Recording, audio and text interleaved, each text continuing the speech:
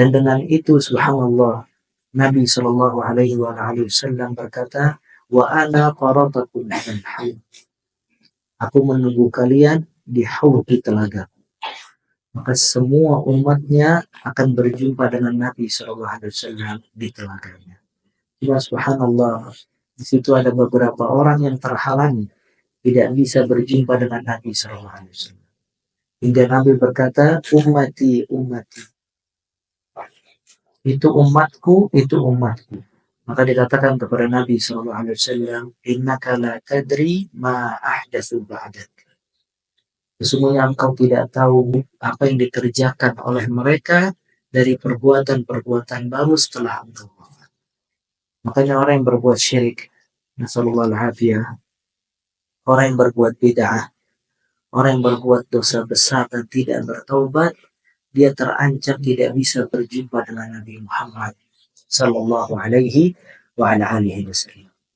Maka dari itu sepatutnya bagi seorang muslim dia mempelajari tentang sirah, sejarah Nabi sallallahu alaihi wasallam, agar dia mencintai Nabi sallallahu alaihi wasallam.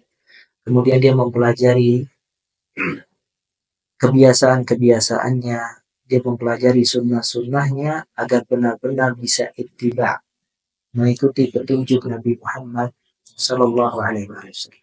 Dan kita telah menjelaskan kalau seseorang ketika mengucapkan asyhadu anna Muhammadan abduhu wa rasuluh, aku bersaksi bahwasanya Nabi Muhammad sallallahu alaihi wasallam hamba Allah dan Rasulnya, maka konsekuensinya adalah dia mentaati beliau, mempercayai semua kabar yang datang dari beliau, menjauhi semua larangan-larangan yang dilarang oleh beliau, dan tidak beribadah kepada Allah kecuali dengan yang disyariatkan oleh Nabi Muhammad sallallahu alaihi wasallam.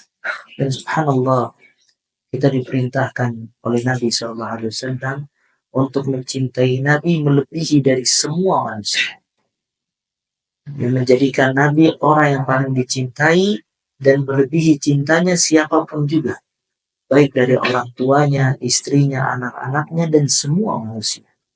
Dan tidak akan sempurna iman seseorang sampai dia menjadikan Nabi Shallallahu Alaihi Wasallam adalah orang yang paling dicintai olehnya. Kata Nabi Shallallahu Alaihi Wasallam, la yu'minu ahadukum hatta akuna ahabba ilaihi min waladihi wa walidihi wa nasi ajma'in. Tidak sempurna iman salah seorang di antara kalian sampai aku lebih dia cintai dari orang tuanya, dari anaknya, dan dari seluruh manusia. Ya, dari semua manusia dia tidak mencintai kecuali Nabi Muhammad sallallahu alaihi wasallam. Lihat ini Umar bin Khattab radhiyallahu taala berkata kepada Nabi sallallahu alaihi wasallam, ya Rasulullah, la anta ahabbu ilayya min kulli syai' illa min nafsi. Wahai Rasulullah, sesungguhnya engkau lebih aku cintai dari segala sesuatu kecuali satu, nafsi, diriku. Artinya aku masih mencintai diriku dibandingkan engkau. Kata Nabi sallallahu alaihi wasallam, la ya Umar, hatta akuna ahabba ilaika min nafsi. Jangan wahai Umar, sampai aku lebih engkau cintai, ya, dari segala sesuatu walaupun dirimu sendiri. Kata Umar kemudian Umar berkata, al-an la anta ahabbu ilayya min kulli syai' hatta min nafsi. Sekarang engkau lebih aku cintai dari segala sesuatu walaupun diriku. Kata Nabi sallallahu alaihi wasallam, al-ana ya Umar. Sekarang wahai Umar. Kata para ulama maksudnya sekarang baru sempurna imannya wahai Umar bin Khattab radhiyallahu ta'ala.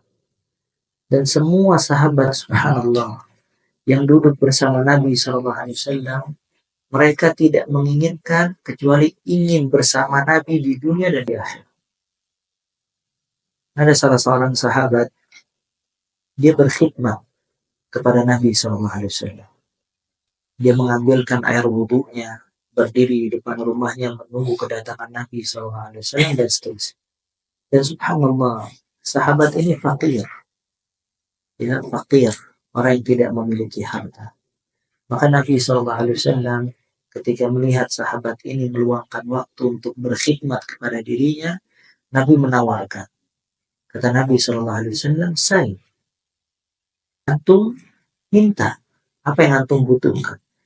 Karena waktu antum dihabiskan untuk berkhidmat kepada aku.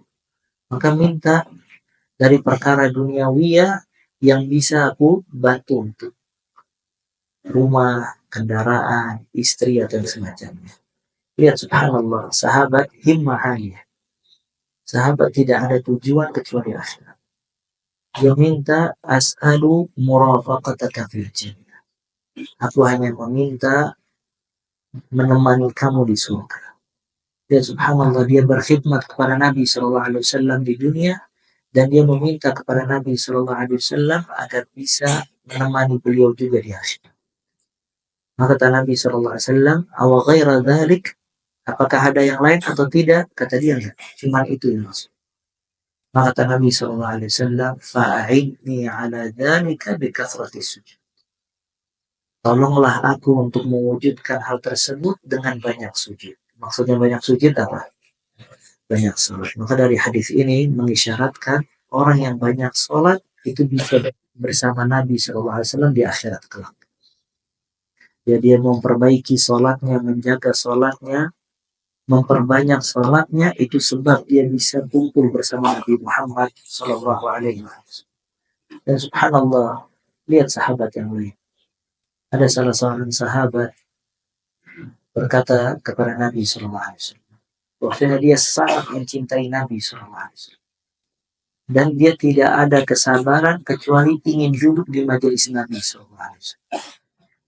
Dan apabila dia pulang keluarganya, dia bercanda dengan istri dan anaknya. Ketika dia mengingat Nabi SAW, dia segera meninggalkan istri dan anaknya dan langsung berjumpa ingin melihat Nabi SAW. Cuma dia berkata kepada Nabi SAW, "Idza dzakartu mauti wa mautak." Kalau aku mengingat kematianku dan kematianmu, fa anta bi a'lal jannah ma'an nabiyyin. Engkau ya Rasulullah kalau wafat, engkau berada di atas surga, di surga yang tinggi bersama para nabi.